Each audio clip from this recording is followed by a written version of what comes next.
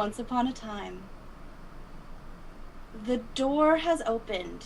You were able, with that magical paint that you were able to put back together, you finished the rune exactly to the instructions of the witch from the other side. The door cracked open a little bit and you pushed it open, stumbling out onto the same path that you were standing on earlier, not inside a cottage. Looking ahead, you see almost exactly the same cottage you were standing in front of before, with one very important difference. It's made of sweets. Gingerbread walls, spun sugar pane in the windows, the roof is shingled with a light, buttery pastry. It smells amazing. You hear something strange. Maybe screaming? A cotton candy cloud above you splits open, and slow motion, tumbling down toward the ground, is a familiar figure in a blue dress with a white pinafore. It's Alice. Alice, you were in the godmother's office waiting for her when a painting on the wall began to glow. Stepping towards it, of course, being the curious sort that you are, you suddenly fell right through it, tumbling through, and you are now in this realm with a few of your fellow friends and princesses, standing in front of this gingerbread cottage. Well, this all feels both unexpected and also very expected, all at the same time, so I think that that's all right. You said you were eating things and you weren't eating things, because in my experience, that can be very good or very bad. How was it going for you? Well, we're so far all right. We haven't done the shrinking or the growing, but I'm very much out of my realm here. In your experience, the food house, cookie house? I recommend that you absolutely go back up to the house and then take a tiny nibble of at least something that looks very exciting on it. I'll do it. So as you approach the house, Punzi, the door swings open very slowly, and a red taffy carpet rolls slowly out. A man of indeterminate age in a brown top hat and a purple jacket walks quietly out, leaning heavily on a cane. He takes a step and then another, then stumbles into a somersault, vaulting to his feet with a bow. Well, welcome everyone. And how are we doing today? I'm not sure how to answer how this day is going. We have had a friend fall from the sky. We have found that happens. Everyone's saying that, and I'm gonna say it doesn't happen everywhere. Right? This does not. Okay. All right. Might I ask your name, sir? Names are something very special. Names are things you earn. Okay. And honestly, I've forgotten. But I should come up with one. That seems like the thing to do, doesn't it? Would be nice to have something to address you as, certainly. Well, what do you think my name is? Reginald. That sounds fantastic. Reginald it is. Maybe the godmother sent you to travel with us for a bit and lend some assistance. We are certainly a little lost. Well, if you're lost, there's usually a way out of here, coming or going, backwards or forwards. It really does kind of depend on exactly where you're looking to go, of course. You just have to take the boat. And as he says that, that red taffy carpet transforms into a flowing red river. And a boat floats out to meet them, to meet you. It also looks edible in some way, some kind, maybe gingerbread cookies, something else that's like floating out to you. Looks big enough for all of you. You have no earthly way of knowing what direction you'll be going, but we can go together. Are you ready? I say we go. All right. Okay. Excellent. I'll just need your tickets. Tickets? I reach into my pocket and I pull out a piece of a mushroom. Would this work? And he pulls out the mushroom and... No, most of the tickets are gold. If you don't have your tickets, that won't do. It just won't do. You'll have to get your tickets. And suddenly he like spins you around and starts like ushering you towards the other side of the path where there looks like there's like some kind of like forester thing. Is like, come on, everything, you've done everything backwards. What on earth were you thinking? Here, join your friend here, all of us together. Yes, we'll have to get them all together. Go on, hurry up. There's so much time and so little to do. Wait. Strike that. Reverse it. It ushers you to the edge of the woods. From behind you just says, hold your breath. Hold your breath. Make a wish. Count to 3. You turn around. He's gone. Facing the woods, you do see that there's like a trail of maybe cookie crumbs that lead into the woods. It's also not the only thing about them. Everything looks edible. The tree trunks stretching high above your heads are covered in peppermint bark. The leaves are delicately spun sugar, tinted green. The forest floor is covered in clusters of marshmallow mushrooms in fantastic colors. Alice, you've never seen anything like it. And perfectly piped buttercream roses. Nearby, you think you can hear the trickle of some kind of little creek or stream. I've always found that when you're lost in the woods, you should just take whatever path you find, even if it disappears after a little while. But at least it's a path. Certainly. Would you like to lead the way, Alice? Sure. And I'll just sort of hop ahead, and I'll reach up to one of the trees, and I'll break off a piece of the bark, and I'll just happily nibble on it. It's delicious. The creamy chocolate, the like sharp brightness of the mint. It's very refreshing. Nothing really happens. It just really tastes good. I'm sticking my fingers in buttercream roses. I'm eating all of it. I'm like dipping my finger in roses and licking my finger. So yeah, it's just like little bits here and there.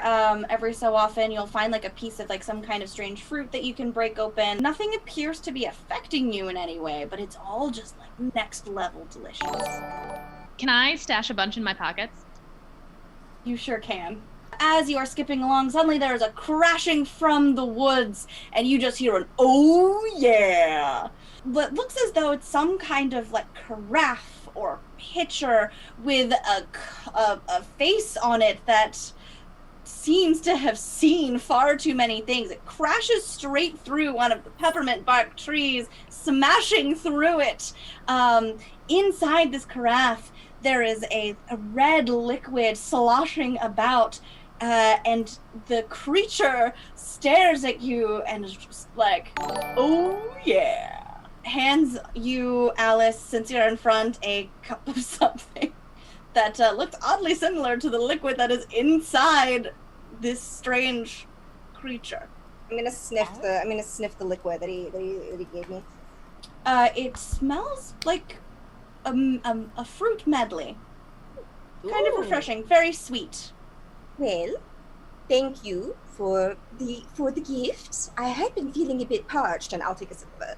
Excellent. We're gonna roll on the wild magic table because I feel like that's important. Because apparently the Kool-Aid Man is wild magic. A random creature within 60 feet of you becomes poisoned for 1d4 hours, which after drinking Kool-Aid I find to be hilarious. I guess we're just gonna roll to see who's a little bit poisoned right now. I mean, I feel like it should be me. I'm the one who drank it. It should be you. But because of the randomness of it, it's also really funny if it isn't you, and instead is Punzi, who did nothing wrong. No. Alice takes that sip for a second, and then suddenly, Punzi, behind her, you feel a little bit blurry, as though all of those sweets that you've been taking in, it's just this intense sugar rush. And your hands are kind of shaky, and you feel a little bit jittery and not really able to focus.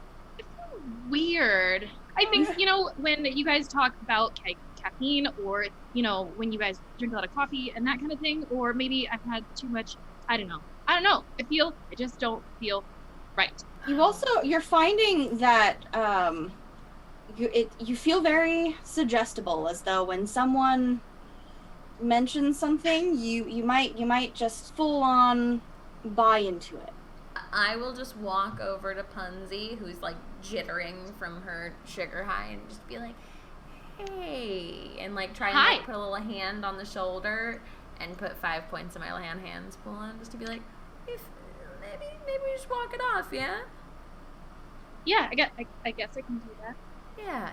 Thank you.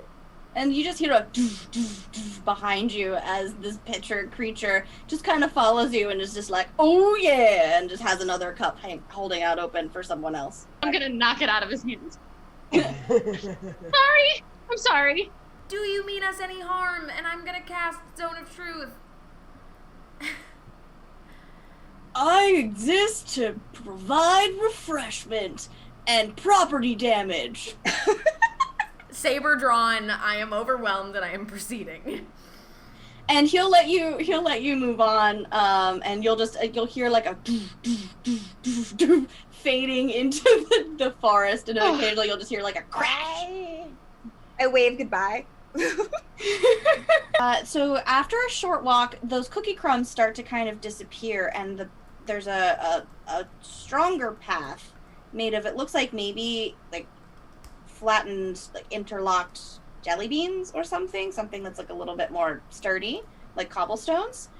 It splits into 3 ways around a very large tree, and in the tree you can already hear like a little flock of birds that perhaps ate up the crumbs that were leading you in a certain direction. Can we see, and like if I were to look around, could I see anything that was even like little specks of it, or the direction it might have been pointing us? Can't really see any kind of vestiges of crumbs, but as you approach just closer to the tree, the flock of birds from the branches just and come and all appear down at your feet like a big flock of like pigeons or something. They don't look like pigeons. They're very brightly colored, kind of like an orangish plumage, and they all kind of stare at you, and then all of them suddenly begin to bippity boppity boo, bippity boppity boo, bippity boppity boo, bippity boppity boo. I've got a puzzle for you. The path ahead is quite tricky. Some parts might even be sticky, but don't use your swords to gain golden rewards. The keepers of them are quite picky. Bippity boppity boo. And then they back into the tree. Thank you. Are the paths all identical, or does one of them look, or do any of them look like they're more like bramble covered or anything like that, to where it would look like we would need to use like a sword or something to like chop through?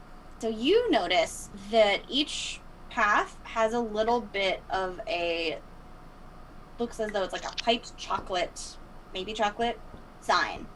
The signpost like pointing in different directions. One of them points over to the frosted forest. One of them points over to the herringbone heath, and one of them points to the molasses murk. Let's see. This is sticky. And I Ooh, think it's molasses? stickier than other things. It's a start. It's We bad. have to start somewhere. We got this. Okay. So we go down the molasses. All right, so you head Skip down down the path. Love it. Skipping down the Treehouse. path. Skipping down the path towards the molasses murk. Doesn't actually take that long, and the path starts to kind of just disappear into this swampy, almost terrain. You see just little like bubbles of this like brown, sticky, syrupy glop, and then like sticking out at like different areas, like something kind of like greenery. Maybe it's pastry-based cookie. You can't really tell. Can I cast Mage Hand to like dip a finger in that muck and Sure. pull out the bread? So Elsa steps back for a second and does this hand thing, and then this big hand sort of comes up, and it's frosty and icy, and it reaches over and moves down into the molasses sort of pond or whatever it is, and pulls up one of the breads. Okay, so you the hand grasps it and like pulls it, goes and just like dripping like goo, and you notice that like chilled mage hand is starting to like crystallize the goo as well, to kind of like it hardens it a little bit and like brings it back to you. So if it's toffee that's melted, if we introduce something that's colder, it might harden it. Here we go. We can freeze it. Cold does seem to be kind of your whole thing. I have something called Fleet of Storm. which allows me to, oh, I can do that. But the problem is it also makes the terrain sleek, sort of slippery. What if you get it icy, and then we can just get down on our hands and knees, and then we can just scooch across and go slow. Excellent idea. Okay, good. I'm feeling useful. So I stand back, and I say, don't laugh. For the honor of Grayskull! I'm sorry, I have a new friend who says it all the time. She calls herself the Princess of Power. So I thought, why not? I'll borrow it. So you're able to center it over that patch of molasses murk, and the sleet storm just starts to pelt the surface of it, and you see it start to create a frozen surface over it that it looks like it should be strong enough to stand on. I did roll on the wild magic table because you did use your powers, and I rolled a 46. So as this is happening, you suddenly find yourself just rising from the ground ever so slightly as levitate has just been cast on you. So we've got an Elsa balloon. We've got an Elsa balloon tied to Bunsy, and then the rest of you are going to very carefully make your way over the icy. I will. Yeah, I get down on my hands and knees, and I literally cat crawl across it, mimicking Dinah, and of course my very good friend the Cheshire Cat. So it takes you a second, Leia. There's a real tricky moment where you hear a as things start to crack, and you're able to. Oh no! And then make your way across. And then that path picks right back up on the other side. Can you see anything from up there? Can you maybe tell where our path is going? And you guys look up, and Elsa's sort of spinning in circles, sort of slowly peering over. I walk over. Can I reach her feet? Yeah. I angle her feet so that she's looking at in the right direction. I'm holding her feet as she's holding onto Rapunzel's hair. So you do see the path leading ahead. It's hard to make out anything else through the trees. You think maybe there's a little bit of a clearing not far from you. You make your way just right through that path. You come upon that clearing, and then in front of you, you see a clearing of a patch of very large plants. Tall, thick green stems ending in a brightly colored, toothy maw. Inside each of those mouths, you can see a glint of gold. Each flower is a different color. You can see one is bright red, speckled with little seeds. One is purple, almost translucent, with a jelly-like texture. One is bright yellow. One is bright green. Even from where you stand, you can smell a fresh scent coming off of it. The last one is red too, but it's a little duller with a waxy sheen to its skin. Surrounding this patch of plants, you see that the trees hanging over, they are bearing some kind of fruit. Looks kind of like gumdrops of a variety of colors. Well, I'm not used to anything particularly ever looking familiar, but I'm also not exactly sure what we're looking for other than tickets. Looking for golden tickets. And as you are just wondering, asking a couple questions into the ether, you hear as a small, squat brown owl just lands on a branch of one of the trees. He's got very round glasses and a mortarboard hat. Upstairs he says, "Welcome to the flytrap patch. Are you looking for tickets?" Yes. Yes. See, there's 1, 2, 3, 4 of you. And it looks as though there are plenty of plants for each of you. The tickets are in the plants. Oh, and you are? Oh, I'm Mr. Owl. And he'll pick something from a tree a little bit above his head. Looks as though it is a lollipop, and he just... I would like to cast Mage Hand, and I would just like to kind of poke at one of them. I'll say the far left. So the far left will be the bright red one. And as you kind of with that Mage Hand floating in, it goes... Okay, so not the bright red one. That's not our type. Could we trade? Do they also eat these gumdrops and things like that? Maybe if we take one of the gumdrops from the trees, that Mr. Owl is currently eating. Maybe we could put that in the mouths of the keepers, and then they'll eat the gumdrop and they'll give us the ticket. All right, I'm gonna sit down in front of the red one, Okay. a safe distance, and I'm gonna feed it white one. Are you keeping note of this, Pansy? It liked the white one. It liked the white one. Oh, okay. And Red it spits out goes a with golden ticket. Hey! I have no idea why that worked. Ooh, this one tastes like peanut butter. Give it to the jelly one. All right, Perfect. I feed it.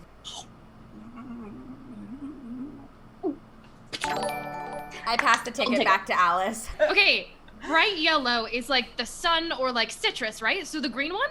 Probably the green, the lemon lime. Lemon lime, yes. Let's try it.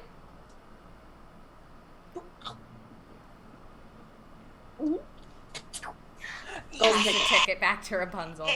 Okay, so this is bright green, but it also smells fresh. So peppermint? Oh, chocolate. Yeah, then chocolate. Oh, yeah. Ice cream. I hand that over.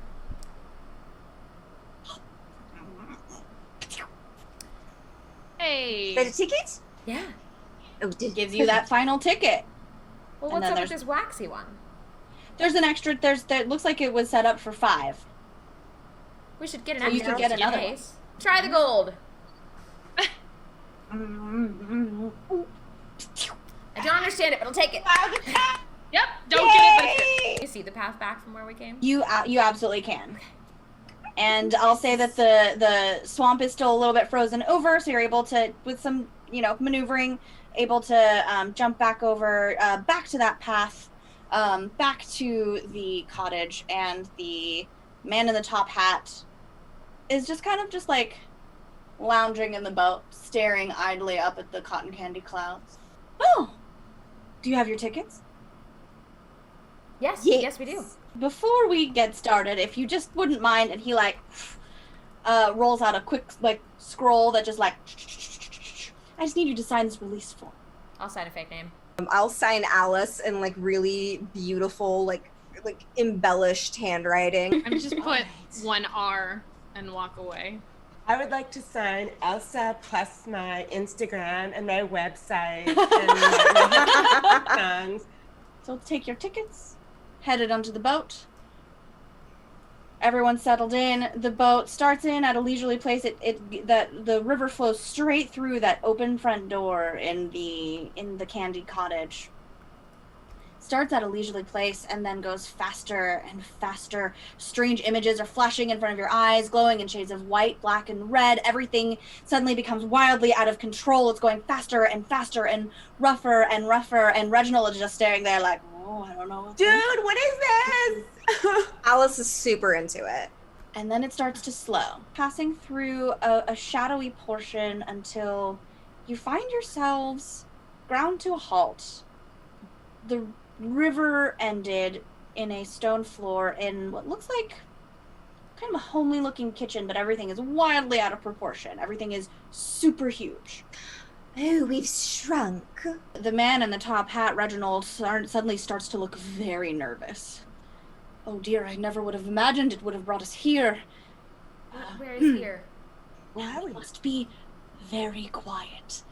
Okay. I mustn't let the witch know we're here. I cannot believe the boat put us right into the frying pan. Why, And he picks up a white feather. My goose! My golden goose! That's why the boat brought us here. The witch has stolen my goose. I need your help to get it back where it belongs. The boat is not going to take us back without it. She's taken the goose. She might have taken a few other of my inventions. Maybe we can use them to help us. And he starts to look around very quietly for things.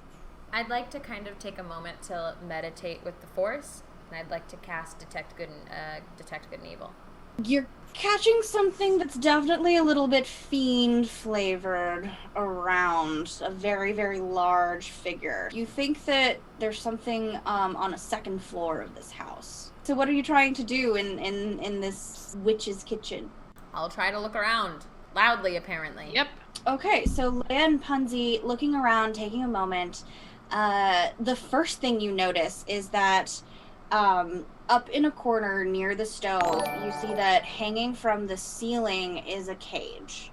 And in that cage is a very, very large, snowy white goose. Is there any way to get up to where the goose's cage is, visibly? Maybe. It's definitely, like, it's hanging from the ceiling. There's, like, a chair and a countertop, like, you could try and, like, rig something to climb up. Punzi, you're also noticing there's, like, a basket that looks a little out of place. So Elsa sort of walks over to where the basket is. It looks like you see a couple of little, and the reason why you realize it looks so strange is because it's you-sized. So there's little bottles full of liquid, a little mesh bag of what look like some kind of little chocolate candies, and a box of what appears to be chewing gum. I'll walk over to the basket, and I'll pick up one of the bottles and at the top. I'll pop it. I'll drink it. So it feels very, very bubbly, and I'm not sure you would have ever experienced a kind of like carbonated drink before, but you feel that fizziness start to just kind of like overtake your whole body, and you start to rise from the ground. Ooh. You've got like a handful of chocolate drops and like a stick of gum, and you find that unlike a levitation spell that Elsa was having so much trouble with earlier, as you can kind of like swim a little bit in the air. I'd like to try and pick up a piece of the chewing gum. You gonna chew it? Yeah. Tastes like a feast. It doesn't taste like anything that it would appear to be. And as she begins to chew it, Elsa, and you look at her asking what it tastes like, you don't see Leia anymore. It looks as though she's just turned into something else, you just see her kind of faded into the furniture. So as you move, you like that like patch of like wooden flooring that you were standing in front of when you started chewing the gum kind of moves with you. So like when I move to another place, I don't blend in anymore. It just looks like the floor. I think I'll try a chocolate drop. Anyone else want to try one with me, Punzi? No? Yeah, okay. Try a chocolate drop. So Elsa pops in her mouth. Cheers. And then you chocolate. find yourselves like, What just happened? you're a little bit smaller than you were before. Am I a Shrinking! good-sized Punzi? I'm gonna take a sip of the same thing that she drank and try and get up to Alice. All right. So you start to rise as well. As you pop that top and start to rise, you hear a I'm gonna like quietly down to them, be like, take the gum, blend in. So your wood paneling floating in the air right now. 100%. I will go behind Leia and hide behind her wood paneling. And you hear as those footsteps just kind of start to crash in. You hear just a sneaky mouseies. Who's rustling round my house? She looks at a tall, top-hatted figure who has been reaching into the basket. She just says, "You, candy maker." No one hit Reginald! And he goes, you have my goose! The first thing that she's going to do is just like, with a bolt of power, try and just zap him. And she like, there's like a purpley power that just zaps over, but he's able to dive out of the way with a tuck and a roll. She hasn't really noticed any of you. Would you like to do anything to the witch? I whisper in Leia's ear, I'm like, should we fly to the goose? I mean, I suppose we're here for the goose, but I'm a little worried about Reginald. I think he's doing just fine. Okay, I'm gonna cast Bless on Reginald. Okay, and then we can proceed to the goose. Okay, so you've swum up to the goose in the cage. You're still like fairly hidden, so it can't see you. What do you want to do? Is there a lock, or is there at least a door? There's absolutely a door, and it looks like it's got like a keyhole in it, like it would be locked. Can I look and see if there's a key, like, cartoon style dangling off the witch's belt? There sure is. Of course there is! You're just gonna like swim across the room as like a Yes, I am going to be a swimming panel of wood across the room. I can't attack till I get up close anyways, so... I don't go with Leia. I'm gonna use, I'm gonna let her do her thing. I'm gonna stay with the goose. Okay. All right, Leia, what would you like to do? So you're swimming over, and you want to summon your mage hand? I do. I want to summon my mage hand to see if I can grab that key. So you're able to... So now there is a glowing mage hand holding a large key. Is it bigger than me? Because I'm not small. I'm mid-small. It's like it would be like kind of like a keyblade, honestly, with you. Like you would... Cool. I'll take it. I'll take it out of the mage hand into my hands. And can Okay, I and still so- air swim while holding it? It's gonna be harder. I'm gonna leave you for a moment as you are essentially struggling across back to the cage. What is everybody else doing? Oh yes, I have an eldritch invocation that allows me to speak with animals. So I'm going to speak with the goose. I'm going to tell him, hello, I need you to be very quiet right now because we are trying to get you out. Now, normally I don't approve of giving chocolate to animals, but I think this might actually help. And I'm going to give him one of the chocolate drops that makes him shrink. Oh, absolutely. And he just like... And then he goes... And he's shaped as a normal-sized goose. And it just and then suits all the way through and is in your arms. All right, I'm going to just tuck you in right here, and I'm going to start swimming one-handed with the goose. I wave at Leia. I got the goose. Guess this key is useless now. Do I see anything in the cage? You think that you do see something in the cage. I'll unlock the cage as quietly as I can. So while that's happening, Very confused. I'm like holding the goose over my head. I'm like, I got a goose. while you're unlocking the cage, the struggle with the goose, like you like kind of like catch it at some point, and the goose just like goes ah, and the witch looks at you, and she was like, "That's my goose," and we'll You stole this. Swipe at you, Alice. 15 points of damage. I use my reaction to turn invisible, and I will teleport. I will use Misty Escape and teleport 60 feet to an unoccupied space I can see. So I will teleport to just as close as I can get to the more towards the ground and also closer to the other princesses. She basically doesn't know where I went because I'm invisible. I'm still holding the goose, so I don't know how easily the invisibility will help me because I'm still holding the goose. So you disappear. There's like a floating goose, and the goose has no idea what's going on. And you're able to kind of like beam over to the other princesses. You're probably about 30 feet away from the witch and about 30 feet away from the boat. Reginald is still like rolling around. He's now trying to wave his arms at the witch to try and distract her. You see that the goose, unbeknownst to the witch, has laid a very, very large golden egg. You are I just rolled a natural one. The witch has no idea what you're doing.